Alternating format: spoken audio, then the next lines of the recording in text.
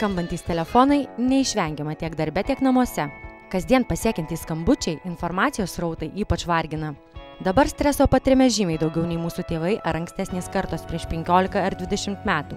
Ypač tada, kai Lietuvoje dar iš viso nebuvo mobilaus ryšio. Todėl svarbu išsiaiškinti, kaip mus tai veikia. Dabar praktiškai kiekvienas suaugęs žmogus yra pasiekiamas 24 valandas per parą.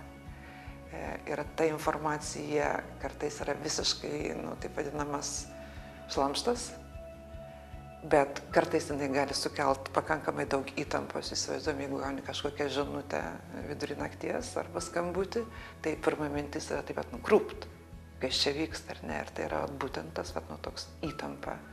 Ir kadangi mūsų organizmas yra linkęs reaguoti, tai vis dėlto kažkokie organai arba tam tikros reakcijos atsiranda. Laikas ir informacija vienas pagrindinių stresorių. Turbūt ne vienas sau galėtų pritaikyti panašų scenarijų. Viršvalandžiai darbe, ryte nesinori keltis į darbą, erzina skambučiai, o naktį kamuoja nemiga. Sakoma, kad visos ligos kyla tik dėl mūsų pačių kaltės. Ne visi tuo tiki. Puola vartoti vaistus, bet nesulaukia rezultatų. Tačiau gydytojai tik patvirtina, kad šiuolaikinių ligų vaistais išgydyti tiesiog neįmanoma. Skundžiasi žmogus, sakysim, skausmais pilve, ar ne? Skundžiasi kažkokiais tai virškinimo sutrikimais. Ir kada padaro tyrimus, nieko nėra. Nieko. Skrandžio gleivinė puikiai, žarnyne nieko ypatingo. O kodėl gaunasi taip? Reiškia, stresas sukelia spazmą, susitraukimą. Ne tik tai kraujagyslių, bet susitraukinėja sutrinka visų organų motorika, veikla. Ir tokiais atvejais pasireiškia kaip skausmu. Pirmas nusiskundimas žmogui yra skausmas, dėl ko jis ir kreipiasi į gydytoją. Šiais laikais daugėja taip vadinamų nerimo paroksizmų, ypač tarp jaunų žmonių. Kreipiamasi į gydytoją neretai skundžiantis nepagrįsta baimė dėl padažnėjusio širdies plakimo, nežinia iš kur atsiradusio drebulio.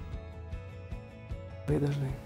Aš esu vidaus ligų gydytoja, bet pavyzdžiui pas mane ateina šitokie pacientai. Aišku, be abejo, aš juos nukreipiu dažniausiai pas psichologus, nes kad įveikti stresą tai iš tikrųjų yra labai sudėtinga ir gali padėti tik tai psichologas savo ilgais pasikalbėjimais su žmogum. Ir nemanau, kad pirmiausia reikėtų pradėti nuo vaistų. Tikrai nemanau.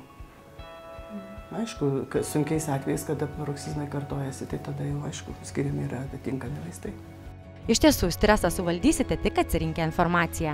Dėl to verta pagalvoti apie tai, kiek patirite streso dėl informacijos gausos. Geriausia būtų vadovauti sveiku protu, susiplanuoti, kokios informacijos reikia, kodėl ir kokią išliekamąją vertę tai turės ateityje.